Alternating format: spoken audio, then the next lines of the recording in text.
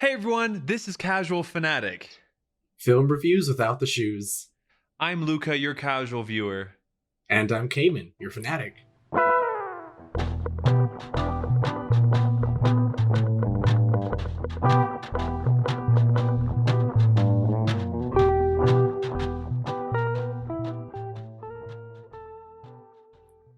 Hello, and as everyone can see and or will soon find out, we have a guest with us today. We do.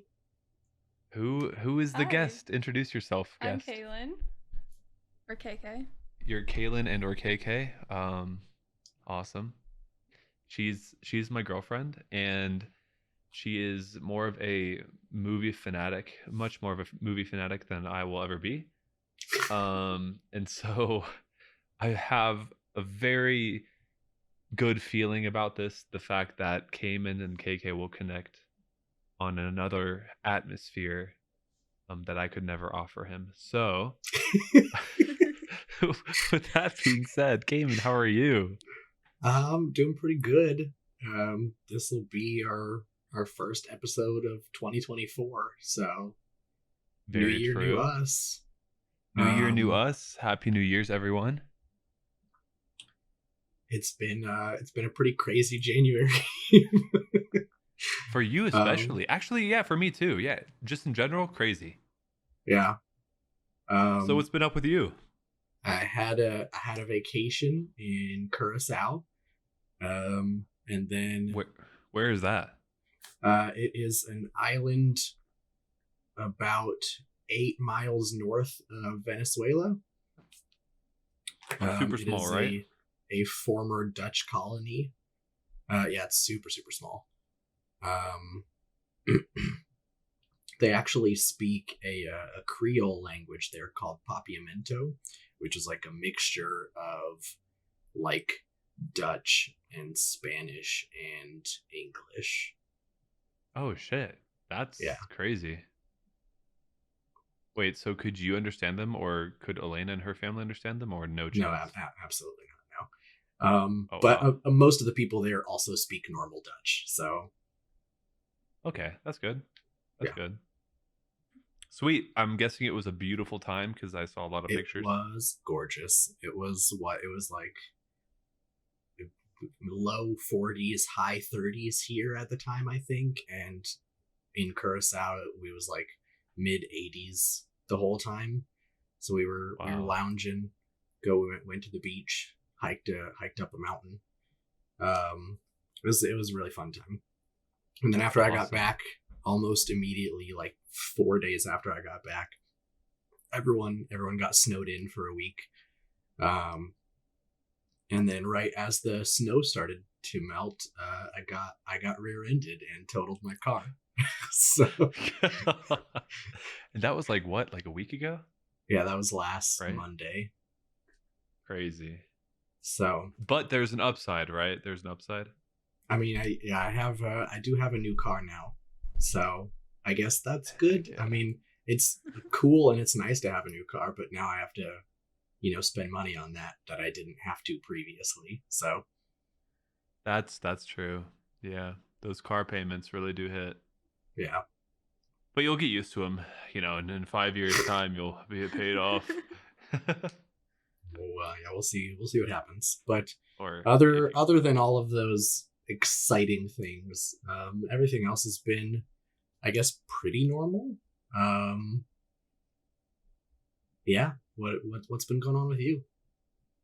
Well, January 2nd, I started a new gig, a new job, which was pretty dope. So the beginning of January was quite tough for me just trying to get into the groove of the new job. But now I think I've, gotten on those tracks and I'm on the way up, like understanding how the people work, understanding like, you know, how to best do things for the company.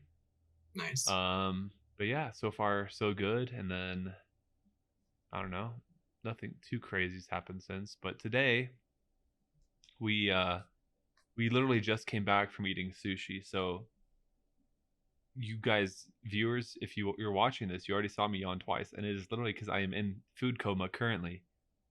So yeah, we I just stuffed ourselves full with a buffet of sushi. So Elaine and I had some pokey, and then I was Oh, also starting to get a little tired before we started recording, so I had a little bit of coffee.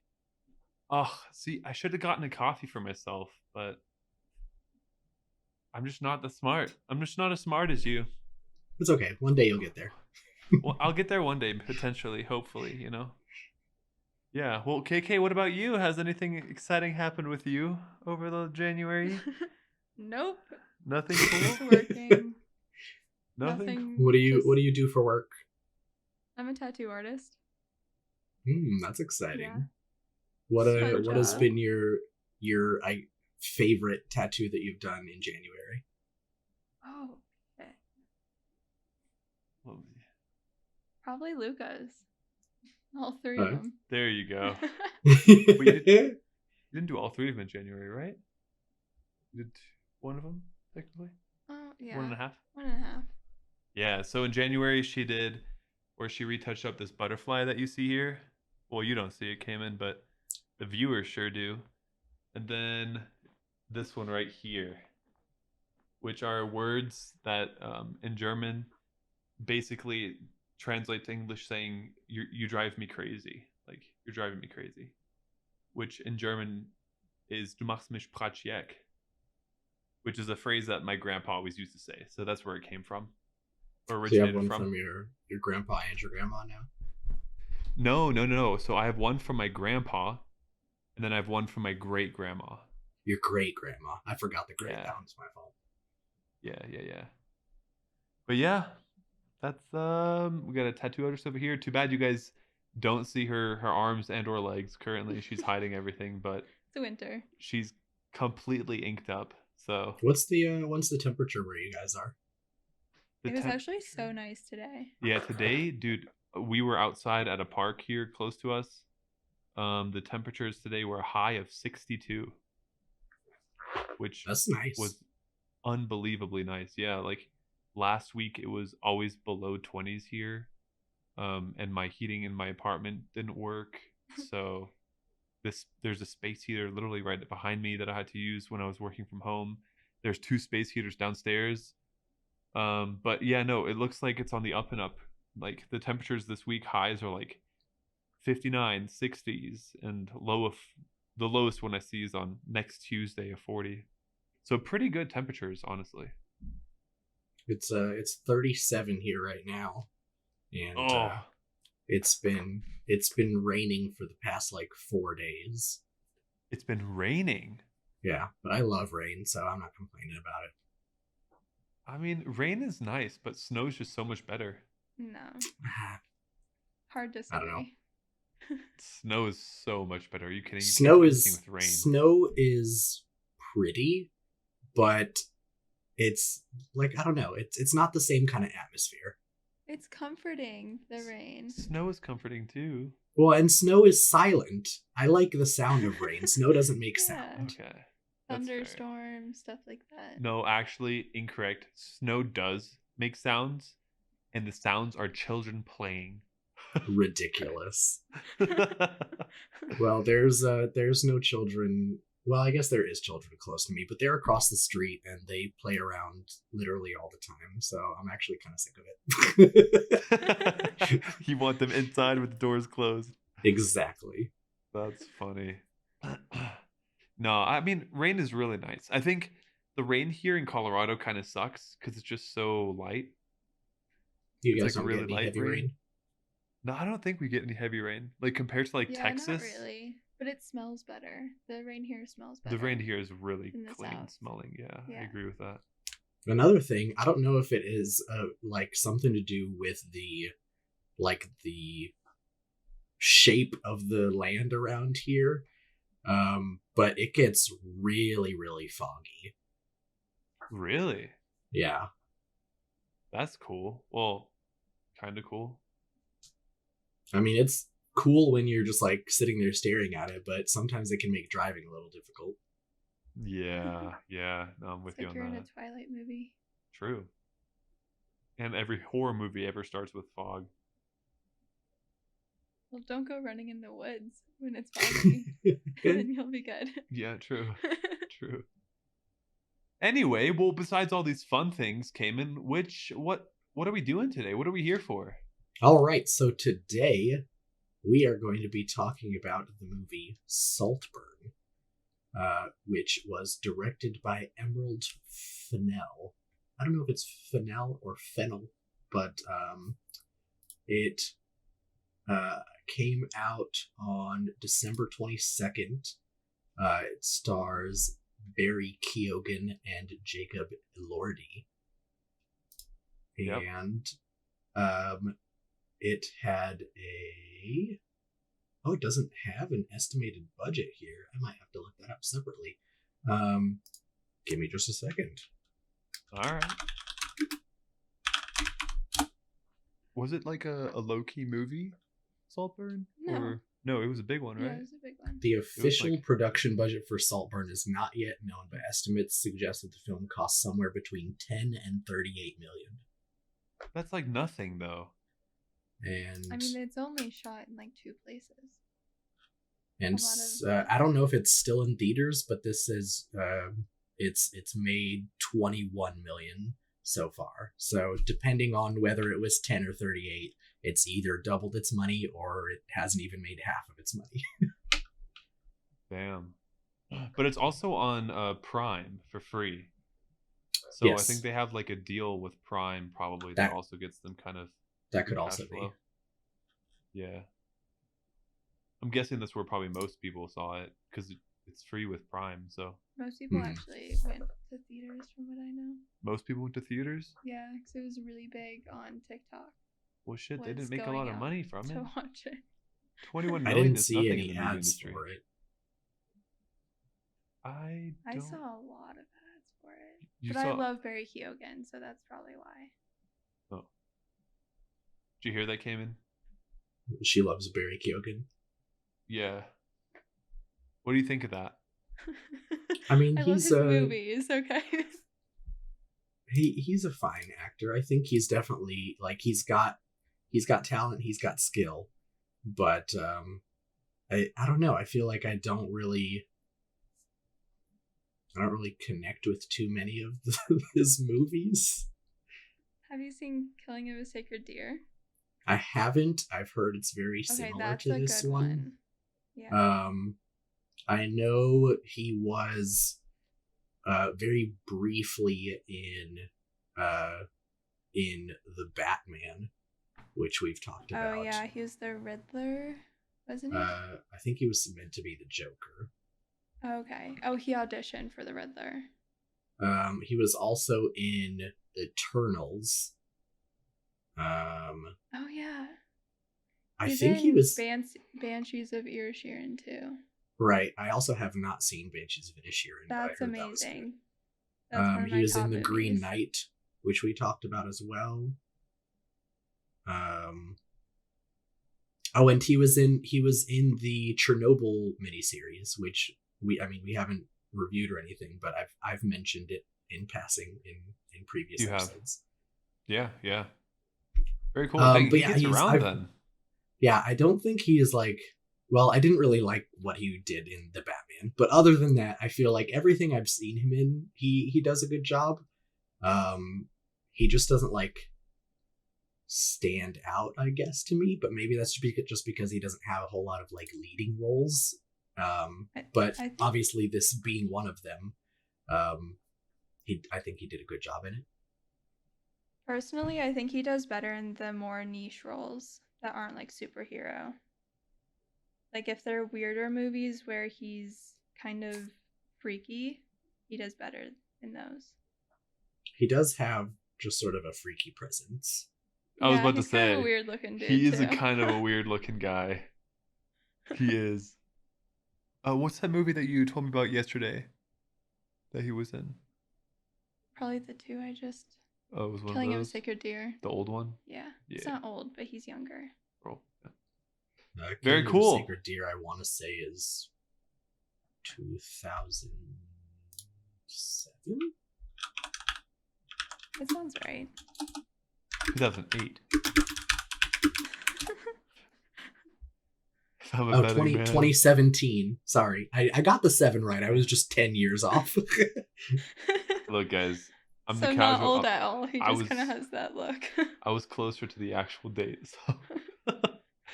Okay, well, cool. Yeah, Saltburn. Basically, big overview. Great movie.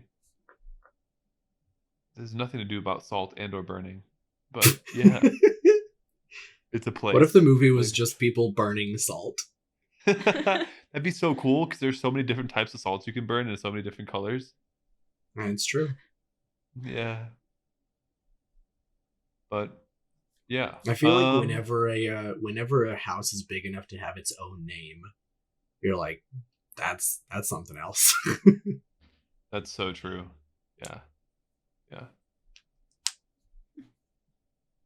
But anyway, what did you think about Saltburn? I personally loved it. It was definitely one of my top movies. Of all time? I really loved the cinematography in it. Everything, all the colors and everything was just beautiful. And then the storyline was fun too, but What was it shot in again? It was What- 4:3 In 4:3, but or isn't there like 1.33 to 1. yeah, wait, isn't there like a specific like filming color that they used for it? oh, I'm not sure. Oh, anyway. Yeah, no, I mean for me personally as well, like I'll second that. I think it was overall a really like well shot movie. I think again the actors in it were phenomenal. Um like every actor just had like their own big personality which Yeah. really popped, which, made the movie just that much more interesting cuz all those personalities together in one space doing things comes out to be really really interesting, I would say. Um yeah. And then again like the movie, not to spoil anything, but like this movie does have a big twist kind of thing. So I I think mean, I that kind guess of added on to the cool in factor. a way, In a it's way, like right. it's kind of a twist, but also like it's not a surprising twist. Right. And actually the first time I saw this, it was KK's second time. I called exactly what was going to happen because they had foreshadowed it. I did, Okay, barely. but he literally said it at the very beginning of the movie what was going to happen at the end, which I thought was interesting. Well, I also told you beforehand when there was like a clip that came up. I was like, oh, that's foreshadowing. Because I Maybe. paused the movie to tell you. Yeah, but there was a lot of foreshadowing in the movie. But yeah, overall, very good. She rated it a 5 out of 5 on her movie app. What do you call it? Wow. Letterboxd, but Letterboxd. I wouldn't do like 4.5 stars. That felt too low. So I did 5. Kailynn, what do you think of the movie? And what did you rate it on Letterboxd? I haven't made an official rating on Letterboxd yet because I'm waiting for your review so I can post them together. I don't know if I've announced it yet, but we do have a profile for the podcast on Letterboxd. So if anyone would like to see our thoughts on any of our previous movies, you can go there to see scores and little blurbs about what we thought. Although Luca still needs to send me some of our older movies so we can fill that out. But so many. We did so many. Yeah. If you did one a day, it'd be done in 2 weeks. That's almost fair. That's very fair. That's true. Alrighty. Well. But sorry. That aside, I thought the movie was very beautifully shot. The cinematography, the music, it looked like it was shot on actual film. I don't know that for certain, but it gave me that vibe. And it just, I think, like you guys were saying, everyone in the movie did a good job. That said, I didn't really enjoy watching the movie, but I feel like that's like on purpose. Like I don't know if either of you have ever seen Nightcrawler with Jake Gyllenhaal. That sounds familiar.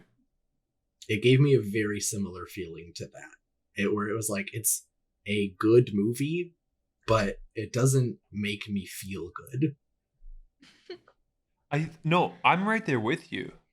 Like, it I makes you uncomfortable. Yeah, like the whole movie just makes you kind of like feel off. Well, not off, but like it doesn't make you want to watch it more than once.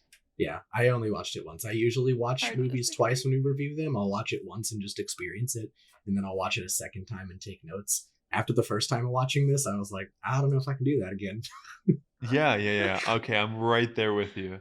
I would watch it for the third time, honestly. That's crazy. I'm not like, I didn't get a weird feeling from it though. I That wasn't says a like, lot about you, I think. I think I've seen weirder shit. I think that's what it is. Is that like none of it really bothered me, just compared to some other more weird movies that I've seen. Interesting. Yeah, I don't know. Just something about the movie was just like, just not. None of it was comfortable. There's nothing. Which, like I said, comforting in I think the movie is meant to make you feel uncomfortable. So that's not like Yeah. a knock against it. It's still a good movie, but I don't know. I feel like if someone was like, what movie should I go see? I wouldn't be like, go see Saltburn. That's gonna lighten your day. That's like you need to be prepared to watch this kind of movie. That is so true. And you told me that too. Yeah, I recommended it to my parents, but then I had to give them like a little trigger warning before Yeah. they watched it. Yeah. I was like, you're not gonna love it, but you have to watch it. That's such like a weird like thing for movies to do though. Is to produce something where the people watching it aren't enjoying themselves. But I mean, that's the purpose of art, though, is to Well, I mean, it's like yeah, force a reaction. That's true. completely true. Maybe It's a that's why similar only sort of was at thing to 21 like million though. horror movies. Well, honestly, I think I don't know. Like I said, I never saw any advertisements, so maybe that had something to do with the low box office as well, and also the fact that it is on Amazon probably changes that figure. But yeah, I think we're just so saturated with movies that are meant to make you feel good. But honestly, I think as far as like box office numbers go, horror movies are always profitable. People love horror movies. Mm-hmm. And You won't catch me at one of those. But horror movies, I think it's also just because horror movies tend to be pretty cheap. Like the first Saw movie was like 2 actors in one room. So it's like it's very easy to make a horror movie. Right. Yeah. You just add really creepy music, make it low lighting, and anything goes, really. So I mean, that's the basic rule of making money on movies. You just don't spend a lot of money making it. I mean, yeah. But yeah, I think this is very a very artistic movie. I would agree. I would third that. Yeah, but like what about it though made it artsy, you know? Like that's the real question. Is it the storyline that made it artsy? No, absolutely not. Is it the actors that I made think it it's artsy? the directing. The directing, was okay. good. Yeah. I think the way, because the story by itself, like I feel like if you were, and I mean there are ways. I'm not an author. You can make anything interesting if you choose the right words, but I feel like if you read this story in a book, it wouldn't be the same. I feel like it really needed the specific way that this story was told and the specific shots that were chosen really helped it. Yeah, I agree with that. Very cool. All right. Well, I think without much further ado, we could go into the Boxding Ring. As it is Kaylynn's first time, I'm gonna have you two go head to head. No, I don't want. Perfect. This is great, Kailynn. No, guys. So Kailynn told me she really didn't want to do it, and so I told her that her and I could be on a team against you. absolutely not. Why not? All right. So for our viewers, these two lovely people you see here are going to try and guess what the summary of the movie is on letterboxd.com. All right. I'll ask you beforehand, would you like a hint, or do you just want to go into it blind? Do we want a hint or go into it blind? I mean, I've read it a million times. So Apparently, KK's read it a million times. yeah. But does she have it memorized? I mean, not memorized, but I know like the choice words, I'm pretty sure. All right. Well, then I guess you have a one up on me. All right. Well, How about this? We'll let her go first, and then you'll have some semblance of a chance. This is perfect. This is getting better for me as time goes forward. This is great. She'll get mad at me later, but it's really not my fault. I tried. No, I really You can. am It's not totally good at my this fault. part. Okay. You've got this. No, you've got this. That's No, all you gotta do is put a summary of the movie out there. So like explain exactly what she needs to do. Like what is the point I'm of this? basically just like doing what Letterboxd does, yeah. Yeah, when they it's write just the like a short little summary of it. paragraph that is like, a like trying to be like, this is kind of what the movie's about. Yeah. Okay. Some Alright. summaries have more spoilers than others. Yeah. I do kind of have it like somewhat memorized. Alright, well then fucking spit the bars out. Let's go. Let's hear it. Okay. And I'll just copy you verbatim. You should just do it since I know it. You should just do it. No, I because feel like you it's and I unfair. you and I are going head to head. This is why you need to go first, so that I can like have kind of like a hint. That's the help. Go for it. And I have to change it up. I can't copy it. So Okay. Oxford student Oliver Quick struggles. Fuck, I don't know. Pretty much memorized, great. huh? It's memorized. I'm telling you, I've seen it so many times, say it.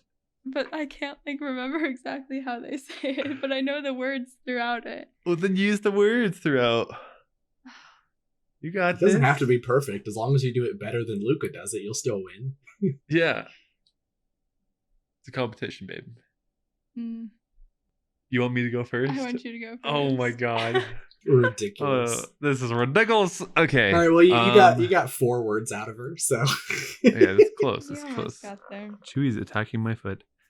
Alrighty. Oxford student Oliver Quick meets another Oxford student called Felix Caton, who's a rich guy, who basically befriends Oliver in a very loving way. Okay, yeah, I'd do way better at this actually. Well, it doesn't sound like it. You quit halfway through. They became good friends, and over the summer break, as they were graduating, Oliver was invited to Felix's family summer at Saltburn, which is Okay. where interesting things happen, where happiness lives forever. That was a really long summary. You only got 4 words in. All right, Kailynn, let's hear it. Was that 4 words was it? You want to go? Come on, one up me. Let's hear Okay. it. Good luck. Oxford student Oliver Quick. Quit copying me. This is No, copyright. you copied me. I got my Plagiarism. 4 words. Meets charming. What is his name? Felix. And Felix invites Oliver to a summer vacation at his family's mansion where unlikely things unfold. Mine was way better. I mean, I All right. gotta say, it's for having one of you claiming to have it almost memorized. You guys were pretty even. Oh shit. Okay, Lucas went on for like 6 It sentences. did. though. It was longer, but he got Don't all matter. the main points that are in the summary. I also did. Go. I also did. He also said Felix Catton's full name. You just said Felix. Mm. But before I read I the did call full him summary, charming, and I know that's in the letterbox review. it's true. Again, that's why I said it's pretty much even, because you got some things and he got some things. So we're gonna do a tiebreaker. Wait. Oh, wait. No. Like you have to read it out first, though. No. Do you want me to read it out first, or do you want to find out who wins and then I'll read it? I can do either one. I want to hear it first so that I can All argue right. that I won. Okay.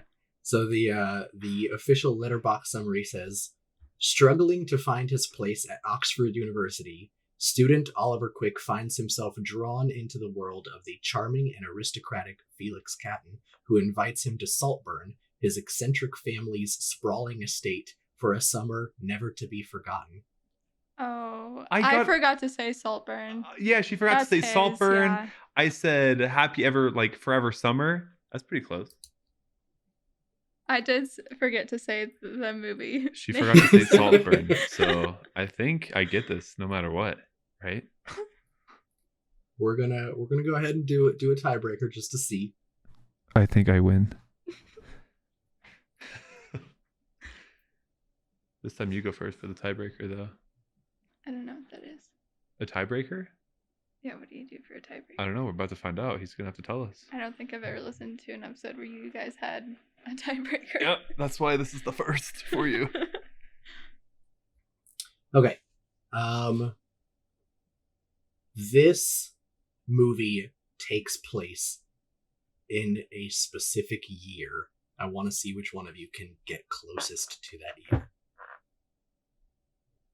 All right, KK, let's hear your year. What movie? This movie? Yeah, This Saltburn. movie. Well, we're not talking about the Oh. Titanic, are we? Okay, shut up. I'm gonna say 89. I'm gonna say 87. So, I had this- 87 in my head from the get-go, though. This Surprised you film said takes 80s. place in the summer of 2007. 2007? Really? With that So- shitty bike he was riding? Yeah, So damn, 89 that is is closer. really far back.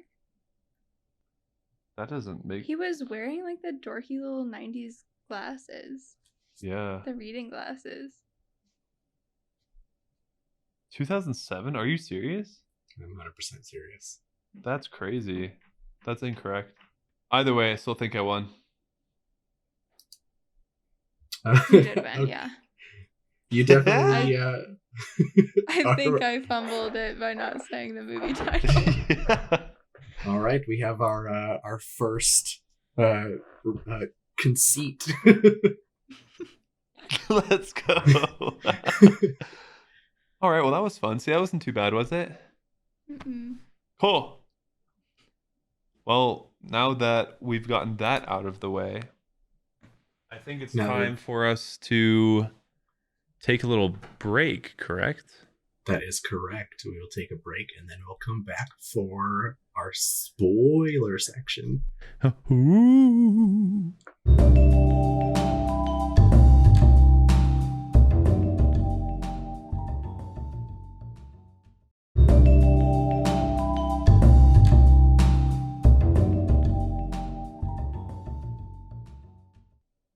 And we're back. That's how our breaks work. Yeah. A little peek behind the scenes for you there. Yep. Here's gonna be another one. Ladies and gentlemen, boys and girls, theys and thems, this is the spoiler section.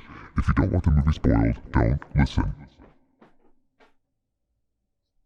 Gorgeous, as always. Yeah. But Kailynn, that you had the effect, right? Yeah, I can hear it. We didn't hear any of the effect, so Well, it'll be I know what interesting. that sounds like too. I've heard the normal one before. Yeah. I heard it also. Yeah. Alrighty. Well, now that we can spoil the whole movie, what point Kailynn do you want to start off with? What's the first one you want to take a rip at? So I made the mistake of trying to I usually don't watch reviews before I watch a movie, but I was trying to line stuff up. I was gonna watch the movie and then watch reviews, and as I was looking through YouTube to find if any of the people that I usually watch reviews for had reviewed it, I saw a YouTube short, and it was just some random guy, and he was like, if you haven't seen Saltburn, you don't need to. There's a scene where a guy fucks the dirt. Yeah, true. He doesn't fuck the dirt. He fucks his dead friend in the dirt. Well, I mean, No, it's he the tries kid. to, but he's definitely just fucking the dirt. I mean, yeah. Did you know that entire scene was all improv? I They did know that. basically just set the camera up and was just like, all right, Barry, do what you want to do. And he was like, I'm going to have sex with the dirt right now. Isn't that fucking weird? No, I think it's genius. It made it super uncomfortable in the movie. So That makes it genius? Some guy making you uncomfortable? Yeah, that's the whole point of the movie. All right, what was more uncomfortable, him having sex with the grave or him slurping cum water? See, the thing True. is, the bathtub scene didn't make me uncomfortable, because he was drinking the cum water. It was mainly just uncomfortable because I knew how dirty that drain drain was, is. and I was like, That that is is so also gross kinda to gross. be Drinking cum licking water's weird, though. inside of a drain. I don't know. Maybe it's different for you. I've never personally had cum in my mouth. It feels a little either. grosser for me. Yeah, that scene was also kind of weird. That's Also, what made I a lot of feel people like- uncomfortable. Also, I saw someone online said they thought it was so gross that they looked away, but then when they looked away, just the sound by itself made it even worse. The Well, slurping. What I thought made it worse was the slurping. Okay, sure, weird, but then he tongued Yeah, Yeah, that was insane. the opening of the drain. That's That what was I'm saying. bro, that's fucking disgusting. That's what Also, I'm saying. masturbating in a bathtub is kind of weird. Don't knock it till you try it. I mean, it's not. I'm not saying it probably doesn't feel good, but you're ruining your bath because then Yeah, you're swimming just in your own covering cum. your yeah. Then you just have a light layer of cum all over you. Yeah, you might as well take a shower afterwards to wash off the bath that you just took. Makes no sense. Ew. Gross. Damn. Yeah, I wouldn't. No. I don't know. The thing with there was a lot of uncomfortable moments too, with Venetia? I can't remember it. Venetia, thank you. The scene with her and Oliver it was kind of weird too. Oh, when they were outside and he was going under her dress. Yeah. I gotta Yeah. say, think I her don't- own blood in her mouth is kind of a weird move. Yeah, I was I honestly, it didn't even bother me that much that he went down on her, but Yeah. putting her own blood into her own mouth, I was like, that's not cool. That's what I thought too. Yeah, but hey, you never know. Don't knock it till you try it. But also, that's how you get diseases. You can't be messing around with blood. That's true. That's true. It's her own. But he had it in his mouth. No, he put his fingers in her mouth. Yeah, but then he also But shoved his whole he ate face her down out. there. You look like fucking Which that was a really cool shot when he was in the Joker. bathtub after with the blood around his That was mouth. cool. Yeah. That was a really cool shot. Yeah. And I mean, this movie probably also triggered a lot of people that like have suicidal thoughts on the daily, because like that girl that committed suicide inside the bathtub Mm-hmm. because of the razors that he had How did nicely you planted right next to her. how did you feel about that whole like reveal sequence at the last 10 minutes there? Oh, with them finding Oliver's body, No. With Felix's? when Elspeth is like on the hospital bed and he is like, "Yeah, I Oh did my God. everything," and it like flashes back and he like poked a hole in the bike tire and like pretty much set everything up. Yeah, I mean, that was kind of like that big reveal, right? Like, Kind of like how Knives Out is set up too. They always just like quickly go through it. yeah. I mean, what do I think of the reveal? I thought it Yeah. was. I think at that point in time, I was like, people like that are actually out there that plant themselves in other people's lives, that like do that stuff, like flats, like I don't know, like empty the air out of someone's tires, like in a car, let's say, and then drive by and like, oh shit, do you need help? Like I have a pump, like I can help you totally. Just like obsessive Like behavior. obsessive behavior that's like borderline psychotic. Like I don't know, man. Very strange. What did you think about it? I honestly think that might have been my least favorite part of the movie. I don't even Really? necessarily have a problem with him like being responsible for a lot of it. I just think, first of all, we didn't need to see every single moment. I think the movie could have trusted the audience more to figure things out contextually than just being like, "I'm going to show you exactly what he did." Oh. Yeah, but most people And aren't that smart. okay, but then like, if you're gonna make a movie for stupid people, make a movie for stupid people. Don't make a movie for smart people and then try and cater to the stupid people in the last 10 minutes. That's I so do true. agree that they like walked you through it, but I did like seeing it too. It also, it's not even like, I don't know. I understand the obsessive behavior, but then I'm a little confused why it almost seems like he is like, I don't know. I maybe that's part of the point of it, but it feels like he is a completely different person at Oxford than he was once they got to Saltburn. And I realize, I mean, like, it's not like he wasn't already doing weird stuff, because he like watched Felix make out with that girl and like standing outside their window. Like, he was already being kind of a creep, but he didn't have the same sort of like manipulative behavior where he was very forward at Saltburn, where he like fucking straddles Farley and jerks him off while telling him to behave.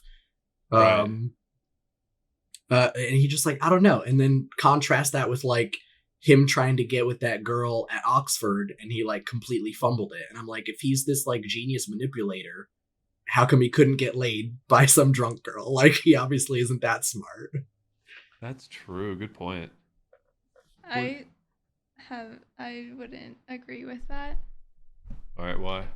I think that was like his whole point, was just to have like this facade at the beginning until he found that person that he wants to like cling on to.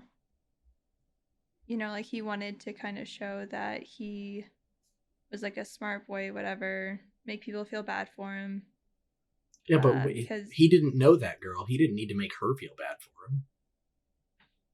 Yeah, but that girl was also hooking up with Felix. So there could be like a... So you think he messed it up on purpose? Could be. Interesting. I don't know. He wanted to be Felix, obviously. So I think that like watching him all that time kind of, you know, made him feel like Felix in a way. Does that Maybe. make sense? Interesting. It felt like I get that he was like he slowly shed his layers and revealed more of his true nature as the movie went on, but it almost felt like the version of him that was at Oxford didn't feel internally consistent. Like it wasn't.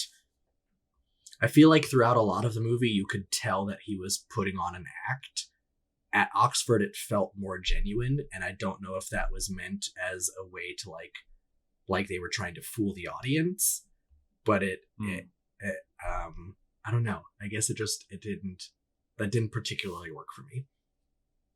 Well, I mean, I told KK at the end of the movie like that I don't understand why that whole Oxford scene was even in there. It had nothing to do with anything.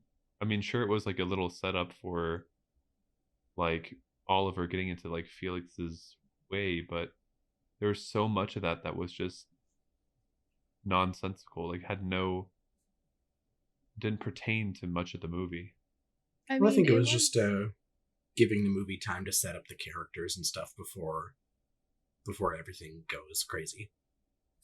I mean, it definitely set up Felix. It also Farley was in the opening scene too. Yeah, Farley was in it a lot. Yeah, but you didn't really understand Farley at that point.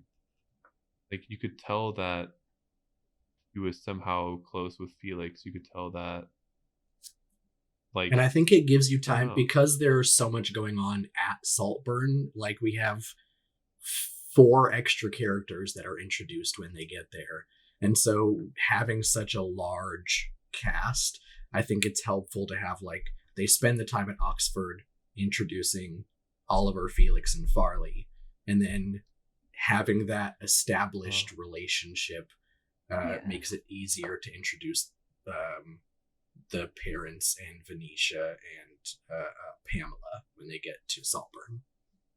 Yeah, that makes sense. That makes sense. I think also when he's at Oxford, you could kind of see like the subtleties of manipulation while he's there. Like when Felix started pulling back and all of a sudden his dad dies. Yeah. You know? So you can see him like kind of testing the waters of his manipulation there. 100%. Yeah. What did you think about the scene where they were driving to Oliver's parents' house? And Speaking all of that Oliver's shit goes parents, down. obviously when he shows up at Felix's door, he's bullshitting about his dad dying.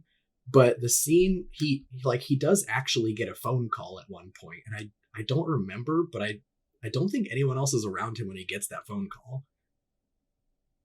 So I wonder what the phone call was actually about. Wait, what phone call? At one point he gets a phone call, and we're meant to believe that it's a phone call telling him that his dad has died. But it could have just been his mom, and then he like came up with that idea. That's true. Because she did say like we haven't talked to you in months.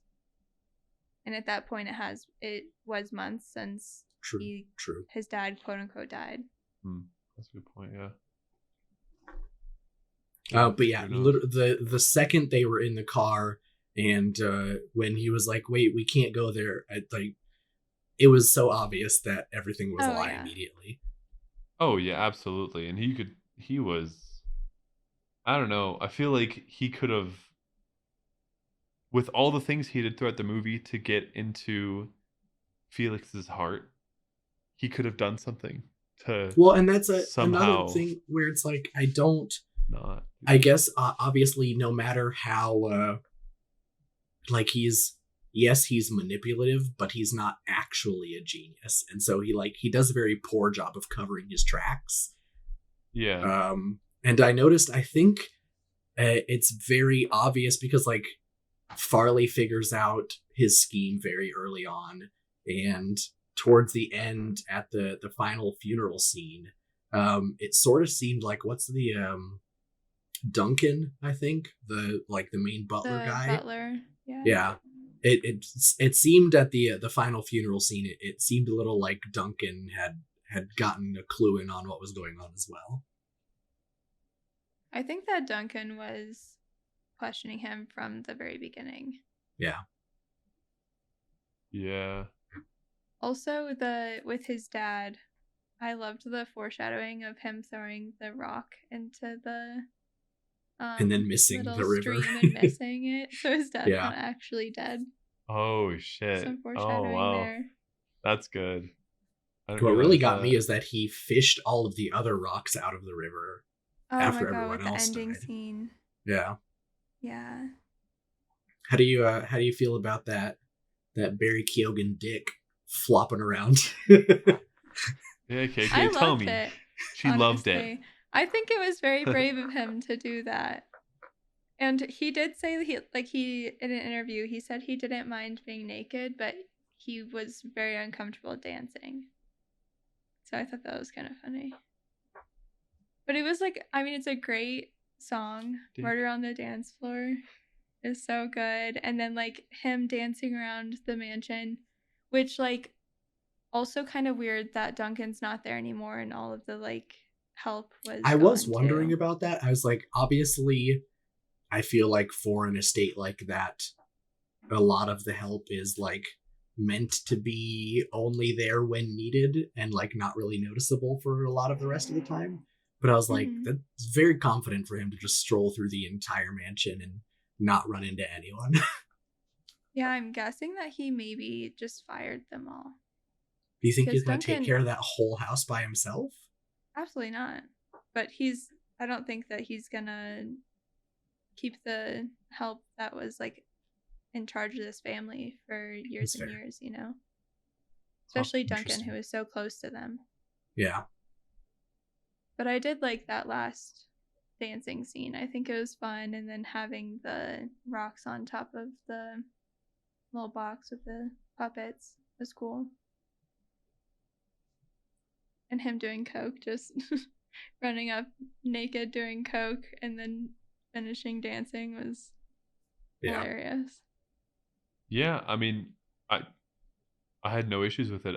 It kind of came out of left field as to like why. Again, it might have just been like they wanted to make the audience uncomfortable just a little bit, because like if you did that in Germany, like in a German movie, no one would even bat an eye. But like here in America, having that like as like a scene in a movie where like you see a guy's private part, I feel like that just hits people so much harder here in the States.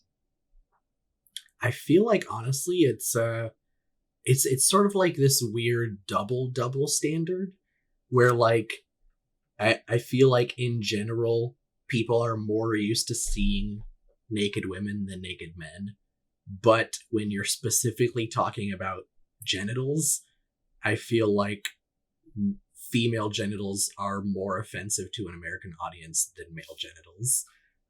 You think so?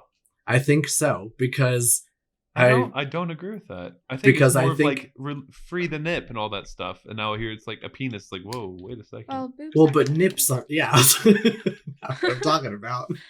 Oh, you're talking about vaginal and Yeah, penile? but like Which if if you in a think movie, about it's like usually with a bush. exactly, there's usually so much pubic hair that you can't actually see anything. I think it's Lame. very rare to see an American movie where you can like see actual Which- genitalia. There was actually a movie that came out in 2023 called No Hard Feelings, where it's Jennifer Lawrence's full naked body with no. Oh, I watched pubic that on hair. an airplane actuy on the way back Oh, from Curacao. that's I not watched an that. in an airplane. That one Yeah. scene where she's fighting the people on the beach. You watched that in Yeah. an airplane? The airplane, obviously that the scene was edited a little bit, so there was not any vag, but Oh, What no a way. shame. What But they put on her, also, like a I little don't- bikini? no, they just like zoomed in so you could only see the top half of her body. Yeah, I got you. But I watched the unedited scene later on YouTube, and I don't Yeah, you know. did. I haven't watched the dog. like behind the scenes. Well, just like sometimes I don't know how many times you've watched a movie on an airplane, but you can tell when they've changed something. And so usually I was just like watch cartoons on an airplane, honestly. I like after that scene, I was like, this feels like an airplane moment. And so I was like, I need to see what this scene actually looks like. What did you think? It feels like I was saying, I haven't watched any behind the scenes on No Hard Feelings, but it felt almost like it wasn't actually her body. And I don't know if it was like a stunt double and a face replacement, or like it was her actually doing it, and maybe she like had underwear on that they just CGI'd out later, or I don't know. There's lots of different options for making an actor naked. I wouldn't put it past Jennifer Lawrence to do it nude. I mean, she's posted her nudes before, like on Instagram. She's very open with her body. After her nudes were leaked. So. I mean, she was very upset about her nudes being leaked. So I don't know. Unless things have changed recently, I don't think she's that open about being naked.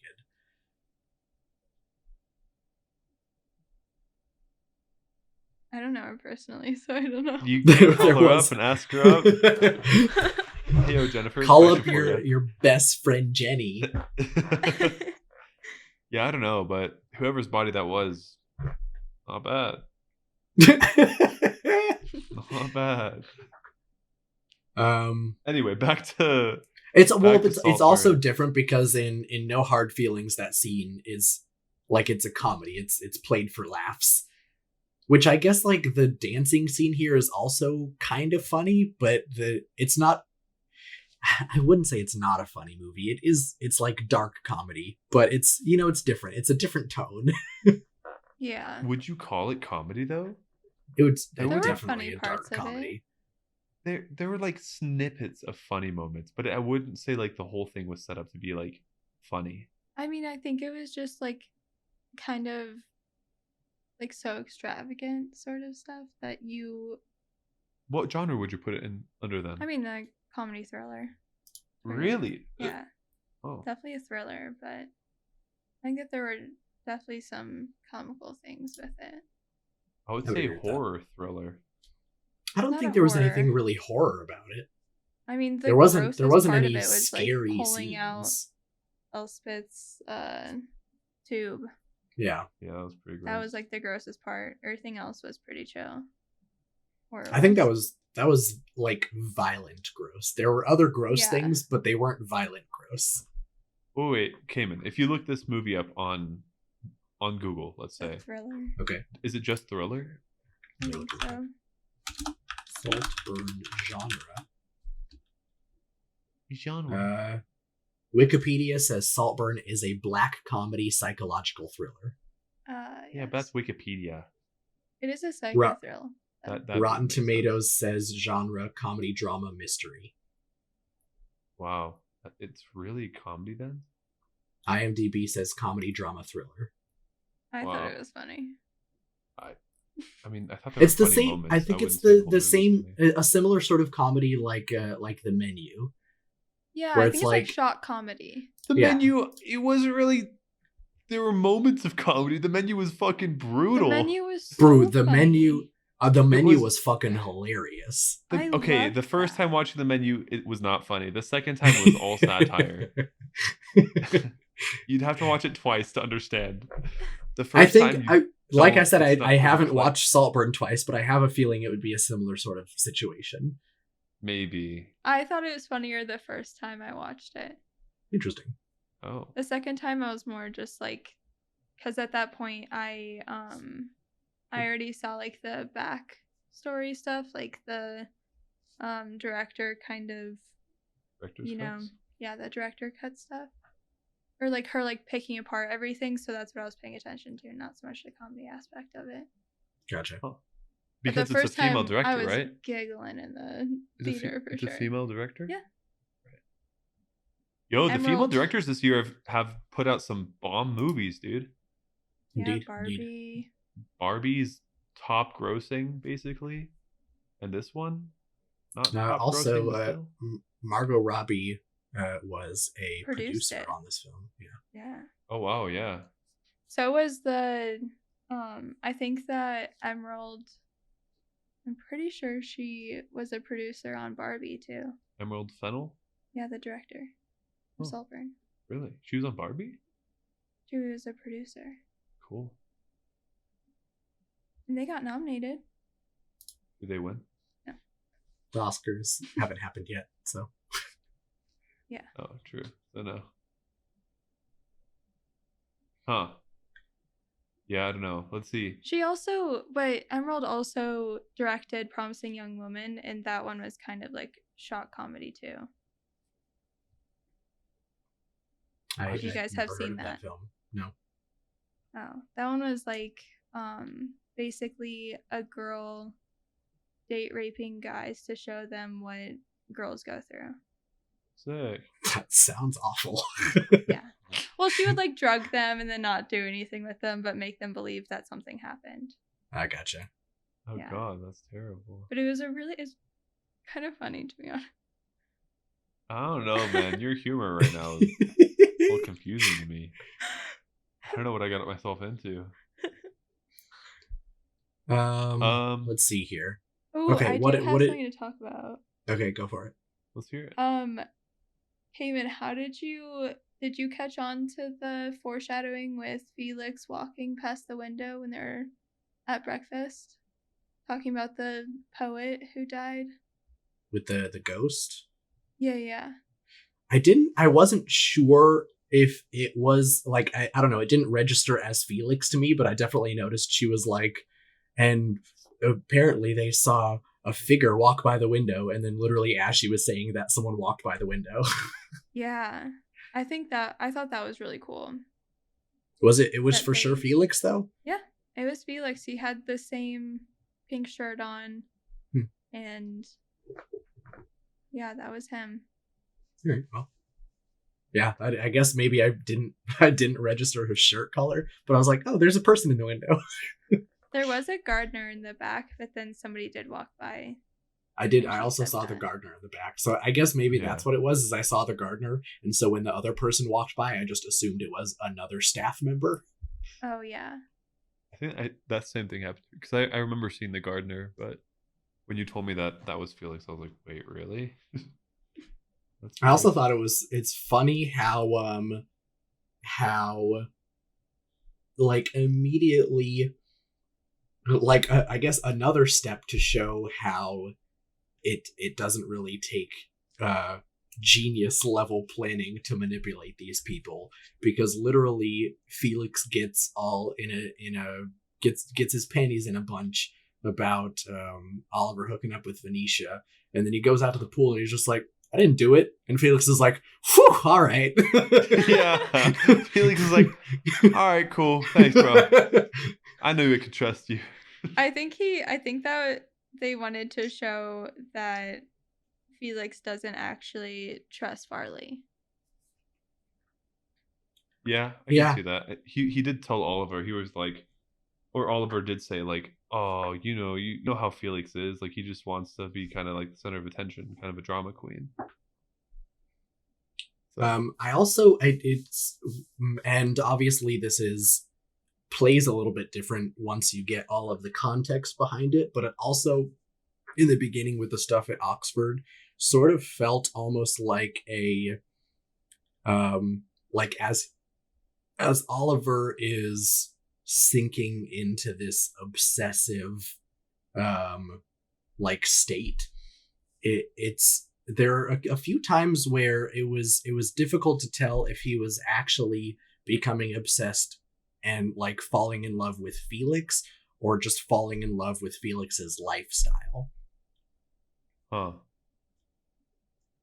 Yeah, I'm not the person to answer that. I don't know. What did I think of him? You answer real quick while I think. And I'd almost say I'm not sure Oliver the character knows which one he liked more either. And I think even towards the end, when he is like confessing everything to Elspeth, and he tries to say like, I loved Felix, but I also hated him. And I think some of that felt like he was trying to convince himself that he hated Felix. Absolutely. I would agree. Yeah. Yeah, I don't know. He was definitely obsessed with Felix's like popularity and love that he got from people, and like just the way that he's like super open about everything. So maybe he was also like wanting that attention factor that that Felix had, which is what he was getting when he was doing all the shady shit. He was like the main character, and everyone, not, well, I mean, I guess whoever he was affecting knew that something was happening, but Yeah. I don't know. I think he wanted, and you could tell throughout the movie that his main focus was Felix. I think after Felix died, he thought that maybe he would be able to just replace him, and then he could like fulfill his fantasy of being Felix. And then after he gets rejected by Venetia, that's when he makes the final decision that he's like, all right, fuck it, everyone's going down. Yeah, yeah. And the fact that he got that to work over like the years of, I don't The know, other like thing is though, patience that took. I don't know, like, did he also set up James's death? Because that was like years later. Yeah, James And was the dad, right? yeah, but I'm like, they during the little flashback stuff, they show him like setting up everyone's death, and they don't show him setting up his death. So is that the only legitimate, like, not set up by Oliver thing? I would guess so, just because Oliver wasn't in the area. But he did like buy an apartment right next to where Elspeth was. Yeah. Right, but he would have had to do that after she already moved out of Saltburn. True. So maybe he saw in the news that her husband, did he die or did he kill himself? I don't remember the obituary. He killed himself. So maybe he saw that in the news and then was like, oh, now's my chance to get in with Elspeth. Also, at the same time, what happened to her? Did she just all of a sudden get sick? I would assume he poisoned her or something stupid. They weren't really That's clear what my on that guess either. was. Yeah, that's kind of what I thought too. Because he did And say then something. He was like, oh, you conveniently got sick, or like the way he phrased it made it seem like he caused it. Yeah, yeah. But I also think it's kind of weird that Oliver was able to get away with all this stuff, like all this murder. Like the Especially way for such a wealthy family. for such a wealthy family, yeah, like do an autopsy. Like a guy ripping that tube out of her throat is not normal. Yeah, I don't know. Like Yeah, Well- coroner's gonna. huh? I guess I don't know. Maybe they're so privileged they would never even consider that.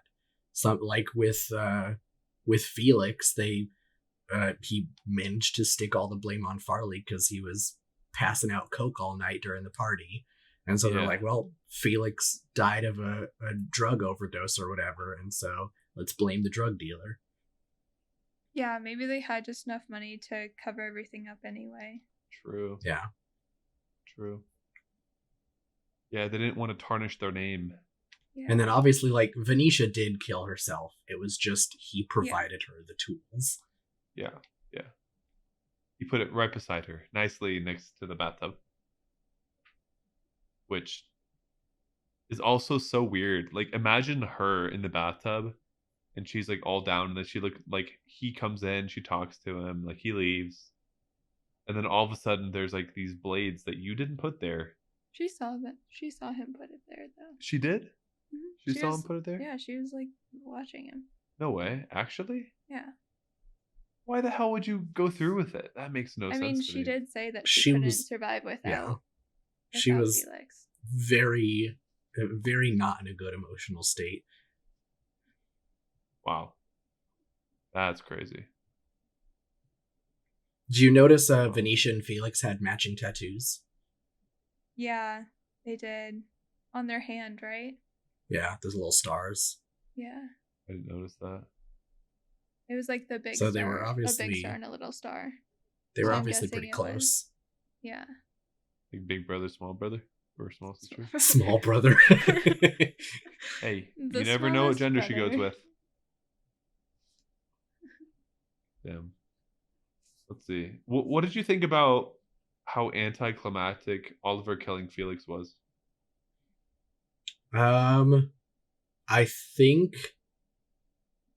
it was I wouldn't even say anticlimactic. I would say it was a delayed climax. I think the emotional part of Felix dying wasn't his death. It was them trying to eat breakfast right afterwards. Yeah, that was so fucking That awkward. was rough. And then like, yeah, you could hear everything outside the window. Yeah. And especially like the whole thing with closing the See, that blinds, was and the there's just funny like part. this eerie red color over the entire scene. Yeah, that Yeah. again, an example of the comedy is the butler struggling to close the blinds. Yes.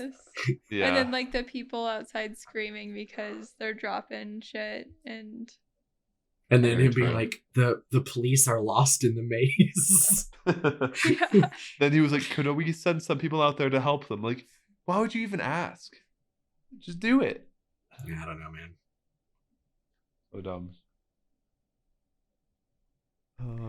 Did you I guys get the whole like I don't know if analogy is the right word, but like with the Minotaur in the center of the maze, and I guess Oliver having meant to be.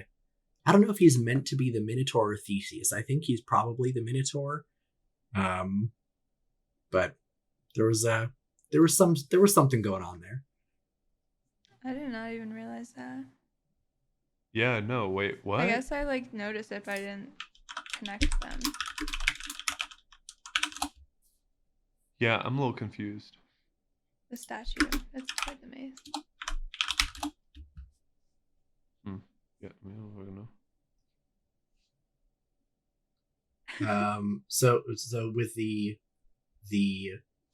Greek myth of Theseus and the Minotaur, Theseus goes into a labyrinth. There's a Minotaur in the center. He slays it and then manipulates the royal family to win the crown for himself. Oh shit. Yeah. So That's cool. So Oliver is Theseus. Oh. Damn. Sick. I didn't even connect those. Huh. That's pretty cool. Yeah, that's cool. The fact though also that both of them were able to find the middle of that maze. Well, I guess granted they lived there, but like during the party when they're all pissed drunk, to like go into a maze like that with someone that you're trying to hook up with. Well, Oliver wasn't drunk. Felix was, and he led that drunk girl in there with him. It's his house. I mean, yeah, but damn, sometimes I'm lost in my own place when I'm drunk. Like, you know? Yeah. Imagine going to a maze. Hell no. I don't know. I do think that was like my favorite scenes where it was at the party. There was definitely some really good, especially the shot right before Oliver enters the maze, and it's like you just see his silhouette with the horns. Yeah. That was a good shot. I really liked the one where they're singing to him for his birthday.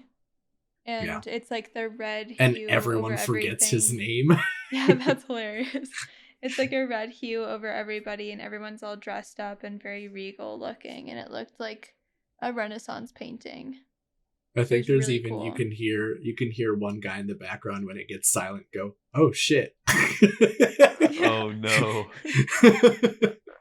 Yeah, they were like, "What's his name again?"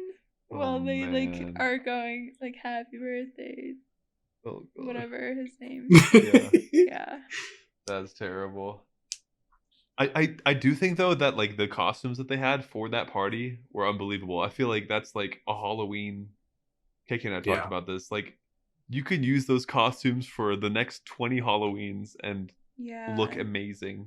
Somebody actually recently, everyone's been throwing Saltburn parties where you have to dress up. Wait, really? Like you're going to Saltburn. That's pretty cool. Yeah. They made a couple alcoholic drinks based off of Saltburn. Like what? Like Jacob Elordi's bathwater was Ew, one of them. that's disgusting. You have to slurp it. You have to slurp the whole drink. Well, they made there's a thing called the bathtub shot glass. And so what? it's like a really small, shallow bathtub that you take a shot out of. It's There's a bar I used to go to in Arkansas, and they would occasionally have like themed glassware for their cocktails, and I think one of theirs was a bathtub. But it wasn't That's cool. it wasn't any weird cum thing. They just like had a drink in a bathtub. Honestly, the shot looked really good. Oh no, guys. It was like a pina colada, basically. It had like coconut cream water. in it. I mean, it sounds I great, gotta but say, then I love coconut candy. I don't like coconut in my cocktails. I don't think I've ever had a coconut cocktail. I'll have to make you one someday. You can make I'll one? make those shots. Wait, you can make one? A cocktail? A coconut one? Yeah. Have Sick. you never had a pina colada? Yeah. That's Have just I? pineapple and coconut. Maybe I have, rum. actually. But I wouldn't consider... Well, I guess it is a It's a cocktail, isn't it? cocktail. I'm always like thinking of like those fancy ones that you get like when you go to a restaurant or a bar. A lot of fancy cocktails are like 4 ingredients. Yeah, they're super easy. Yeah. Well, yeah. I don't know what to tell you. I don't know. I just in my time growing up, guys, I had one ingredient. It was the alcohol, period. I never did mix drinks. You know I'm all about that. I mean, I know you are, but still. I only need the one ingredient. Yeah. Yeah, very true. Very I'll just true. take the salt on the rim. Yeah, KK has to take Good. everything with salt. Everything? So everything. I only Drink do water salt and then rims have salt if on the I'm- side. I just Nah, drink salt's- salt water.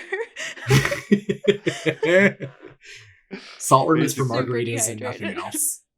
Wait, what'd you say? I said salt rim is for margaritas and nothing else. Yeah. I mean, like, I yeah. agree with that. I agree. If you take a vodka shot, you don't need salt on the side. Makes no sense. Elena will do a sugar rim on a margarita. I don't like a sugar That's rim. also, I mean, I just like the salt part of anything. I've never had a sugar rim, but I feel like salt is What just do meant you to be guys have salty. a go-to chaser for shots? Nothing. Salt. Salt is your shot chaser. No, yeah, she'll I put just salt drink on her tequila. hands. And I then, don't drink vodka or anything, so it's just gonna be tequila. Yeah. Yeah. It's obviously we don't always have them on hand, but I feel like if they're available, Elena will go for a pickle. Oh yeah. Oh. A pickleback. She'll do a shot and a pickle. Yeah, that's called a pickleback. It's really Wow. good, actually. I just do my shots and deal with the consequences. So I don't know. Wait, have you ever had it with a pickle afterwards, Kailynn? I have not. Have you? Yeah, it's really good. What does it do to the taste of the alcohol? You don't want that to You go don't away. taste it. Oh, Why would you It's want it to the stay? the It's usually vodka is the what a pickleback is base of the vinegar is supposed to like help, like, I guess, neutralize the flavor. oh. with. Or It like wasn't- more the burning, I think. A lot of people also do lemon juice. They'll like suck on a lemon after a shot. Yeah, that's like limes. Yeah. Weird. Yeah, Wait, But is there it's- like something that you can do with like your breathing or like I forgot someone did that. Oh, it was like a thing back not too long ago where people were doing something with like their mouths or like breathing weird like differently. They took the shot and they didn't taste anything. Without I mean, chasers. if you throw the shot far enough back in your throat and it doesn't hit your tongue, then you don't taste anything. Well, no. They Like your were, nose, so you don't taste I anything. don't know. I don't remember what they were doing, but they did something and then Snort it. Just snort your shot. dude, imagine. You know how bad that would burn? That'd be a salt burn. Very nice. Hey. Got him. Do you have anything more Let's to see. talk about? Yeah, what I'm I trying to don't think think through the so. movie and see if there's any like crucial scenes we've missed. Yeah. I really did love Farley. He was definitely my favorite. despised Farley. What? but, Oh, I loved him. I think he was. I mean, just like the movie in general, I think he did a good job of being a douche, but he still was a douche. Yeah. Okay, well, who is your favorite character then, Cayman? Probably Venetia, just because I think she Really? was the least. Um, she was the least. Like, everyone in this movie kind of sucked, but they sucked for different reasons. Like, it's very obvious watching the movie why Oliver sucks, but like everyone is so incredibly selfish, and like the whole and Venetia even says it, where like Felix doesn't actually have friends. He just fucks around with people because he likes to be popular. And I Right. think the seeing how insanely childish and jealous he gets after hearing that Oliver slept with his sister, like, fine, I'm not gonna hang out with you anymore. And it's just like, come on, dude. Like, It was also partly because like he was fooling around with her too, right? Didn't he say like the summer before that he was messing with his sister? Ew, no, his no, friend he said was. someone. He said There he had wasn't any a friend the incest. previous summer Yeah. who had messed around with Venetia, and he I said thought it like irritated the shit out of him. I thought there was incest. I wouldn't put They're it not past that them, close. but no. I wouldn't put it past them. I don't know, man. Wait, didn't? Yeah, wasn't he the one that was like when he was introducing like, oh, that's where I kissed whatever her name was? That's where I fingered my cousin. That's pretty That's incest. what he said. He didn't know it was his cousin. Yeah, he said accidentally fingered. Yeah. How do you accidentally He finger didn't know that someone? they were cousins. Yeah, Listen, yeah, rich people yeah. have big families. It's very possible to Oh. run into someone that you don't know is related to you. Yeah, That but scene you should actually. ask first. That's Yo, are you part of my family? Before I stick my finger in your body. that scene where he was like walking and showing Oliver the different areas. That's what Yeah. Jacob Elordi auditioned with. Oh, nice. Was doing that, and she like immediately was like, yeah, like he's definitely gonna be Felix for this, because he didn't he never stopped to show the things at all. Like, it was always just kind of nonchalant to him. He was like, all oh, these like very popular mhm. and very expensive items, and he was very nonchalant about his wealth. He's like, oh yeah, that Yeah. over there, that's the Mona Lisa. Anyway, Yeah. let's just keep going. That kind of thing. And I think that was kind of genius too, the way she directed that and filmed it, having you're not actually seeing anything in the room that he's pointing at except for Felix, so it's like Oliver's point of view of him just Yeah, I think every character in this movie is selfish in a very different way, and I think the two least selfish characters are probably James and Venetia, and then out of those two, I think Venetia is a better person. So I think that's why she's my favorite character, is she is the best and least selfish of everyone. I think she's pretty selfish. I'm not saying Not she's not selfish, selfish. she's I'm like saying kind of she's just the attention least hog. selfish.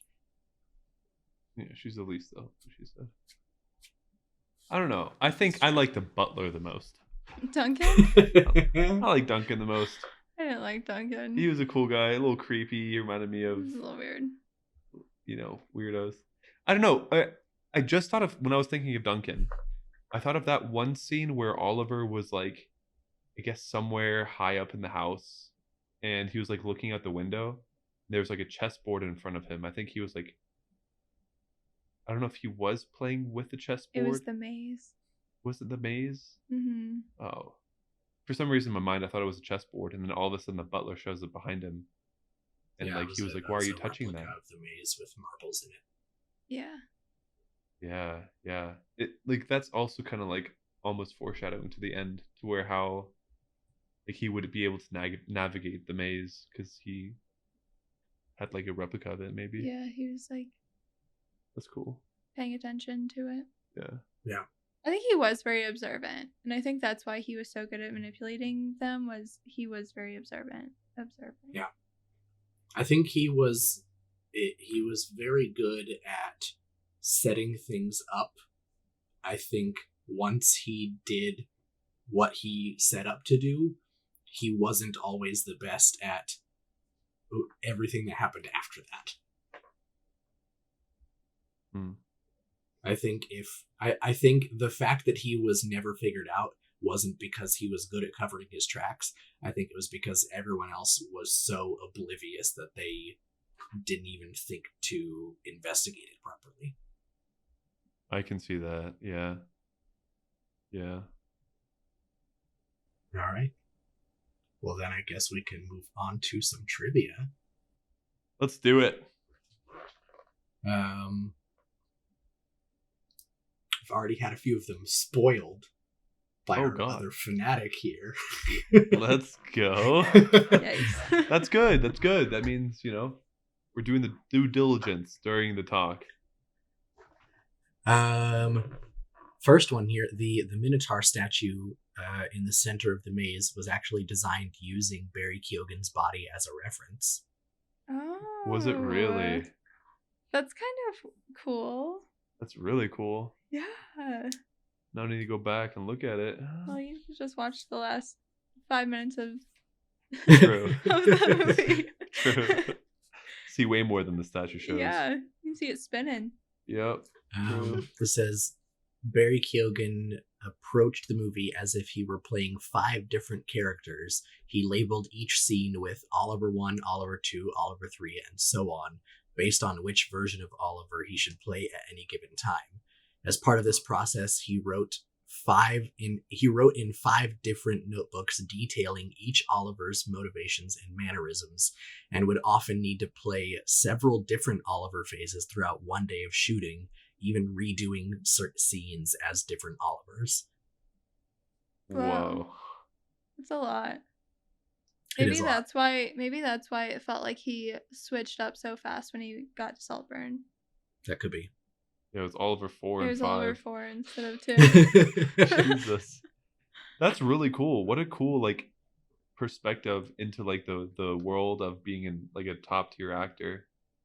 Of how you have to do it. You can't be yourself ever. Kind of sucks. I mean, ugh. The actual estate used for Saltburn is called Drayton House, which was built in the early 1300s. Wow, that's cool. It's never been, no one's ever taken pictures of it either. Before this movie? Wow. It was a huge fucking crib. It was massive. Yeah. Yeah. Do people I think it was live in that? Yeah, it was sold in either late 1300s or early 1400s, and then since that one time that it was sold, it has only been passed down through inheritance. Wow. That's so cool. That's amazing. Crazy. I think they do actually offer, the people that live there do offer tours, but you have to make an appointment. Wow. That makes sense. Yeah, it makes sense now with the movie too. Big Saltburn fanatics going over there.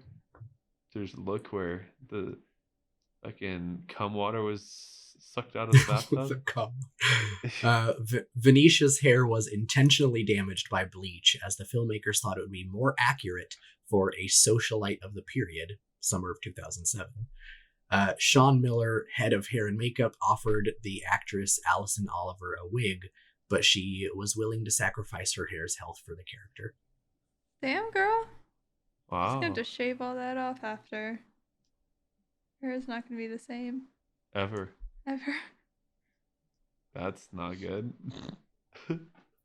Wait, how do you even get that look? Just leave bleach on there too long? I would assume so. I've never bleached hair, so I don't know. You can do a couple different things with it. But yeah.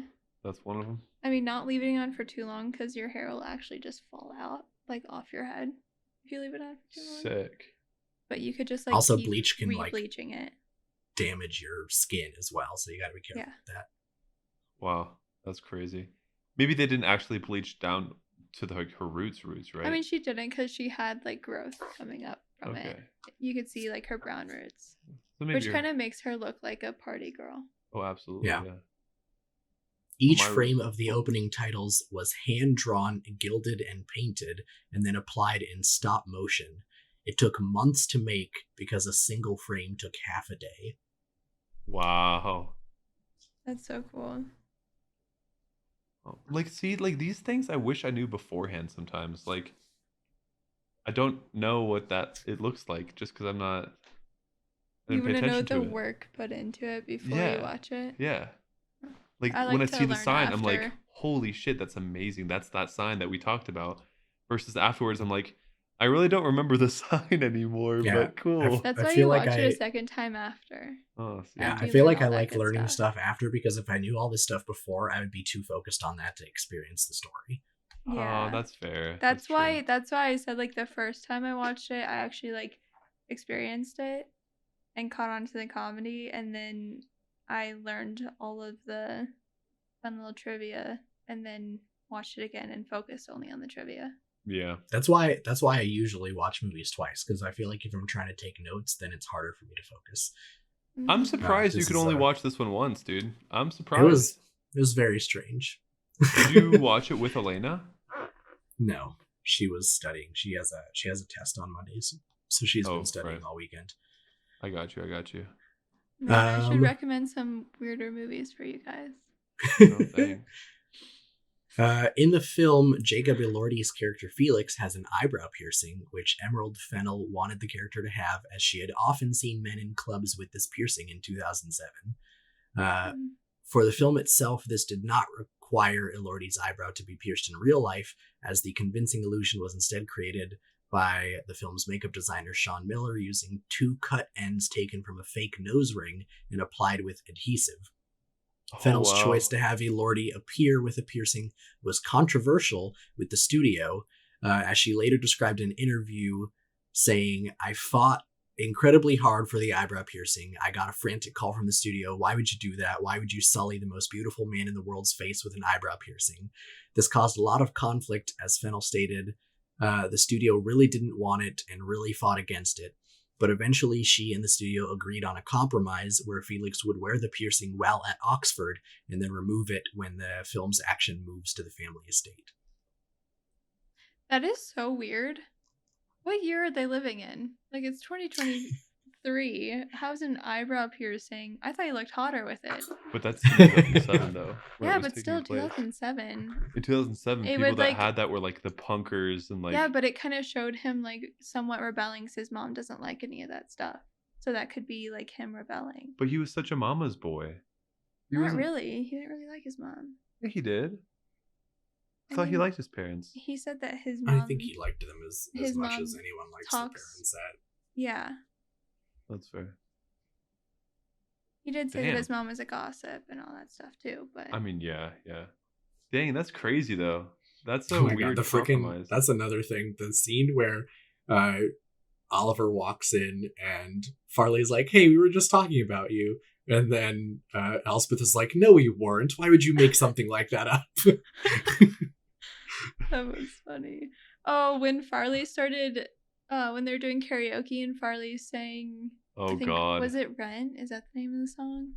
That was such a funny scene too. Where it's basically like You pay my rent. That yeah, one? yeah. You're just like using them to live. Yeah. Have Yeah, a good it's time. like sugar daddy Mhm. vibes. Yikes. Farley actually did a pretty good job singing it. Well, he gave it He's to a pretty Oliver good singer. first. Yeah. He gave it to Oliver first, and then he was like, Farley, I think you can finish it out. Mhm. And Farley was like, hell yeah, I can. People have been asking the actor who plays Farley to Release an album. No, Jeez. it's just a cover of that Oh song. my god. And he's like, I will never sing that again. Yeah. That's so funny. the bathtub had to be custom made to fit Elordi, who is 6'5". It makes sense. Hey, that's great. Why don't they just make that a sides option? There's a lot of 5+ people out there. It's like making plus clothes. Dude, make plus fucking appliances. You don't like your knees and torso outside the bathtub at No, one time? it fucking sucks, you guys. I have to squish myself in my bathtub if I ever want to take. And then like sometimes I'll try to like lay sideways, but then my legs don't fit in there sideways either. So it's like, all right, bro, well, this is a lost cause. It sucks. It does. That's Shower so heads too. funny. Let's not talk about that. It makes shower like ceilings really low too. Oh, so awful. I mean, they had it. It's a good thing they did that for him, though, because they had to make him look like a normal size, even though Yeah. he's standing next to the shortest It man wouldn't be. It probably ever. wouldn't be as erotic if he was like hunched up in the bathtub jacking off. It wouldn't look as good. It would look more erotic. What do you mean? You'd see everything. You would see literally the whole peen, balls probably too. I love the height Anyways. difference between Jacob Elordi and Barry Keoghan, though. Barry Yeah. always seems like such a little baby next to him. True. They're cute. Which made it made the whole movie whenever you saw that Oliver was actually on top. Being the short man, it's like Mm-hmm. you gotta watch out for those short people.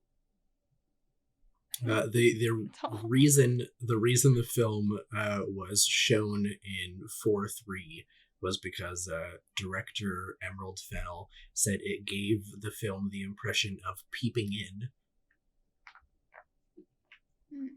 Interesting. Like the aspect ratio of it? 4:3? Yeah. She wanted to feel Interesting. like we were eavesdropping on this situation. Wow. That's cool. That's pretty dope, yeah. Is it? Yeah.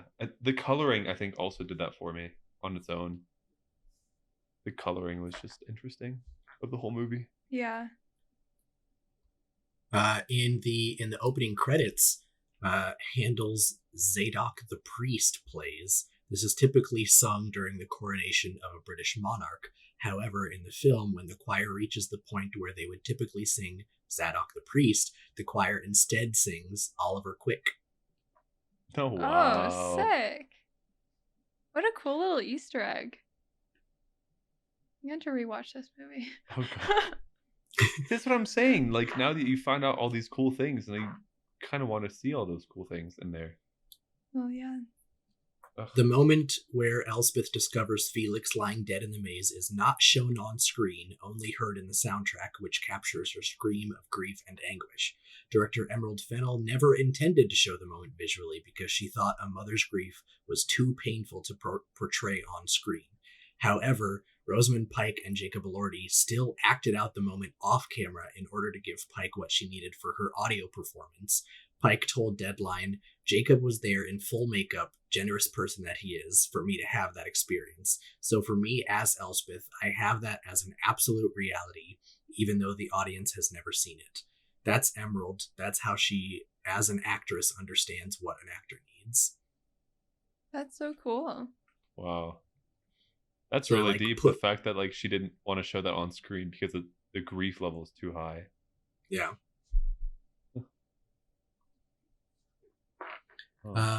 Originally, Oliver, and you alluded to this earlier, Kailynn, but Oliver was to remain fully clothed for the grave scene, kissing the dirt and using his fingers suggestively. However, on the day of shooting, Barry Keoghan requested a closed set so that he could improvise. He said, "On paper, he wasn't written to do that, but I wanted to see what happened, where I would take it. I wanted to be confused and let my body lead the way. What am I doing? How can I get closer? It's trying to find that new level of obsession, trying to level up on that obsession. It's quite sad because he didn't even know what to do. He's a lost boy confused and doesn't know what he's chasing. This shows that Oliver, in addition to his obsession, has some guilt of killing Felix." He also said that no one spoke for quite a while after that scene was filmed. Wow. How could you? I mean, what do you say after he's done humping the ground? But what exactly does closed set mean? Is that just the film? They didn't have anyone. They just, there. yeah, Just they limit director it to and- it's the director, the actor, and it's only necessary crew. Wow. Which I would Yeah. imagine they would probably do for any nude scenes, just because, obviously, Yeah. yes, you're going to be on camera and the whole world is going to see your junk, but it's different when there's people standing right next to you. Yeah. Absolutely, yeah. Or the peanut gallery in the back, nice. Whispering. Yeah. Yeah, I mean that scene was unbelievably dramatic. It makes sense for me that It no went one on talked. forever too. It did. It was It was it so went on for long. all right, this is kind of normal. All right, it's getting weird now. And then it's like, oh, all right, you surpassed As soon all as he limits. took his shirt off, I was like, he's gonna start having sex with this That's grave. There's insane. no way. The fact that it was But there was raining, there was even added so to much it. time between him taking his shirt off and taking his pants off was still a lot of time. Oh yeah. Yeah. Yeah. As soon as I saw those hips moving. Yeah, there was no cut scene in there. No cuts at all. Uh-uh. It was raw dog scene. There you go. Crazy. Last one here. When a distraught Oliver says that he and Felix will have to leave before lunch, his mother tries to pretend that it doesn't bother her by saying, "It doesn't matter, it's only Spag Bowl." Felix overrules Oliver and makes him stay, declaring, "I love Spag Bowl," with a forced cheerfulness. The conversation may be somewhat incomprehensible to American viewers who may be unaware what Spag Bowl is, but it is a British slang abbreviation for spaghetti bolognese. Oh, Yeah. sick. Americans don't know that. I didn't know that. Spag Bowl? I've never heard Spag Bowl in my life. I mean, I'm not Really? American, but I haven't heard it. I've heard it, and I can't eat it. You can't eat it? Oh, I can't right. eat bolognese.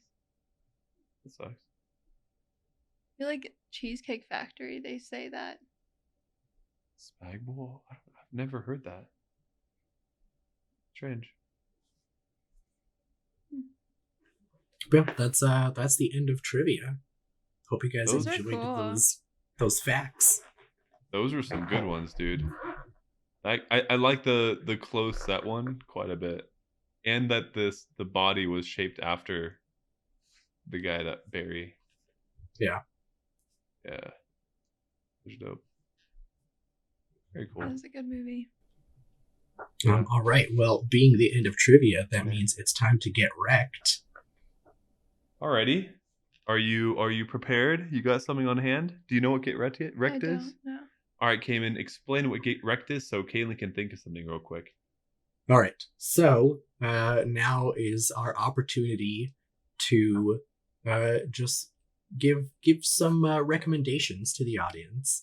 Things that we have, stuff that we've watched that we haven't reviewed, perhaps a place that we've eaten, a new game that we've played, a book that we've read, just like something that we think the audience would enjoy experiencing. Okay. Yeah. Easy enough. I have a lot of that. Good.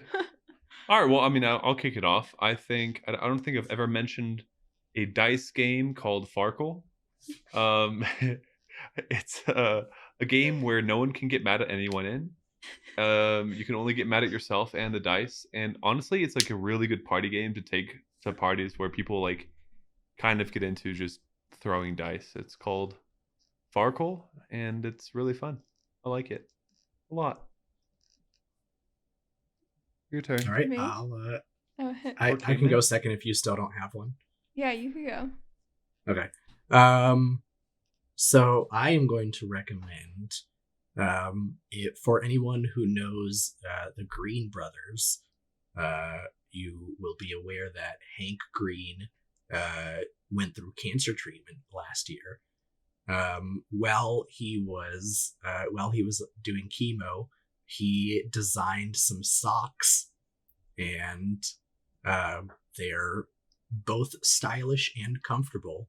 If you're looking for some new socks, check out Hank's Cancer Socks, because No way. they're pretty tight. Hank's Cancer Thanks, Socks. Cancer Socks. I'll have to look at them. Interesting. I'm looking at them right now. Oh, he made like an actual store from them? He already had a Awesome Socks Club. You can Yeah. he runs the whole business, but they do have a subscription where you can get socks. But he specifically made a set of, I want to say, 8 pairs of socks that he designed while he was doing chemo. Very cool. Oh, they are fun. And and they all have the same color scheme. He explained it in a video, but he said he's very bad about getting his socks separated. So even though they're all different designs, he made them with the same color scheme so that if you lose one or get them mixed up, then they still look good together. Oh, that's smart. Oh, that's so genius. That's actually genius, yeah. Oh, that's dope. You bought them, I guess? I did. Hell yeah. Yeah, they make them in my size almost. They're all out though. Almost. Well, it goes to 14 and a half. I'm a 15, so it's close enough. But my size is sold out. That's rare. Damn. Yeah, Lame. damn, a lot of big men buying those That's what I'm socks. saying. There's a lot of big dudes out there. They You better should change you the should start your own baths. business for giant bathtubs. Dude. Yes. Imagine all these football players. I mean, they all probably have custom bathtubs for sure. Yeah. Like, They probably have custom entire houses. yeah, true. Custom like door frames so they feel more normal. Right. That kind of stuff. All right, what you got Their for us? kitchen counter is actually 5 foot tall. Dude, true. If you're an ADA person going in one of the football players' houses, good luck. That's a person with disabilities. Yeah. Making sure. Okay, I'm gonna stick to the Barry Keoghan thing and recommend Killing of a Sacred Deer because it's an amazing movie. And it's a really good horror movie too. Very psychological. It's kind of like Hereditary, if anyone has ever watched Hereditary, which Okay. is never also a seen really good Hereditary. one. Oh my god. I honestly I love thrillers. I don't normally do traditional horror. Yeah, I don't either. It's not like It's scary. it's not like traditional horror. I mean, I know it's not like I've heard all of the praise for Hereditary. I acknowledge that it's probably a good film. It's so I don't weird. getting scared doesn't excite me. Yeah, I agree. Yeah. My sister absolutely loves getting scared, and I don't understand that urge I to like getting feel scared. some type of way. I just don't get scared that easily with that sort of stuff, though. What movie did you I'll watch do last? Okay, that one. I'll do a was- haunted that one I house. watched by myself. What do you mean? Of course you're gonna watch a scary movie by yourself. KK literally yeah. watched some scary movie and like stopped watching it because it was too scary. It called me and I had to come over and It was. I didn't stop it because it was What too movie was it? scary. I stopped it because I wanted to shower and I got too nervous to shower with nobody there. And my dog was growling in the mirror at nothing, so that freaked me out. But it was movie Talk it? to Me. What Was movie? the movie? Talk to Me. Oh, yeah, that makes sense. Yeah. Have you I seen feel it? like I know what happens, but I haven't watched it. But I feel like that's probably that's one that's on the edge where I probably could watch that one. There's a couple horror movies that I'm like, okay, I can do this, but that one's not a not lot. bad. Yeah, one that is one's Yeah. not even at that all. scary. It was. That's just what I'm like, saying. Like, Just I a think little wiener. It was just the whole roundup with my dog also growling at nothing freaked me out too. or like While they were like getting possessed. have you seen Us? Yeah, that's a great one. Yeah, I think that's like when it's like 60% thriller, 40% horror. Those kind of Yeah. movies work for me. That's kind of yeah, like Killing Your Sacred Deer is definitely more thriller. But I usually say horror is like the paranormal stuff is what I would say horror movies are, and then thriller is like the real life murderers sort of deal. No, that shit's also horror. No, I feel like that's thriller. No, it's horror. scary.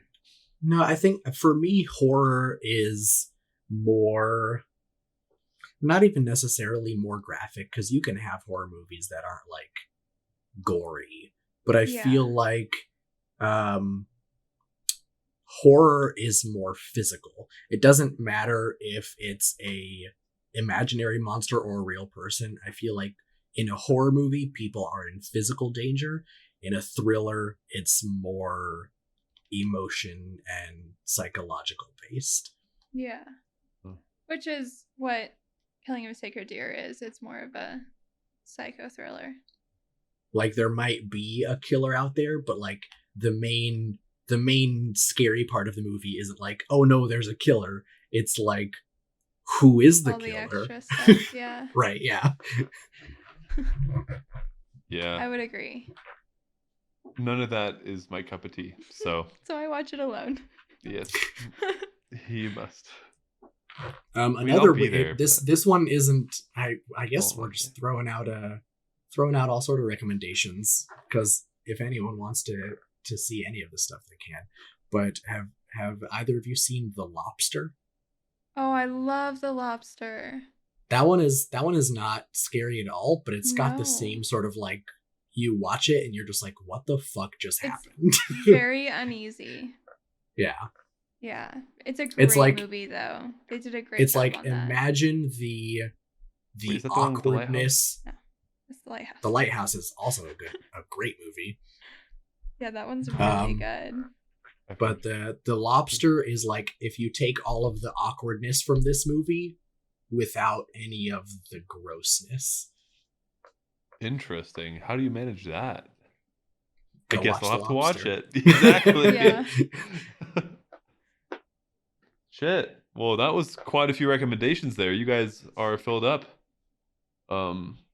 Yeah, we should have Yeah. saved some for next time. Right. I could just keep going with movies. Sounds like you need to be on our next podcast. Yeah, definitely. I would like If to take it's this a opportunity. superhero one, I don't want. I would be like on to it. take this opportunity to thank you for joining us today. It's been lovely Yeah. having you. Thank you for having I me will on. say we do occasionally do a superhero movie, but it's not all we do. We've got plenty of other stuff happening, so That's true. I'm sure Luca will keep you updated, and if you are ever interested in joining us again, feel free because this was fun. Yeah. It was super Yeah. fun. Thanks for being here, even though you're scared. Okay, I wasn't scared. I She was nervous. had anxiety. But... She was nervous. It's okay. But yeah, no, yeah, for sure. Thank you for being on here and having us, chatter back and forth and talking about Saltburn. Yeah. And yeah, maybe we'll do a foursome one day on the podcast. Maybe with- not using those words, but sure. Okay, four of us, two couples doing a podcast together over the airways. You can do like a Valentine's Day. Oh, that might be episode cute. with, like, We one of can the find a- romance. We can find a movies. super cheesy movie, yeah. That'd be fun. I That'd be fun. have a lot of really good romance movies. You could go over. I mean, They're kind of sad. KK's more of like a sad girl movie watcher, so Kailynn, we'll That's stick fair. to us choosing the.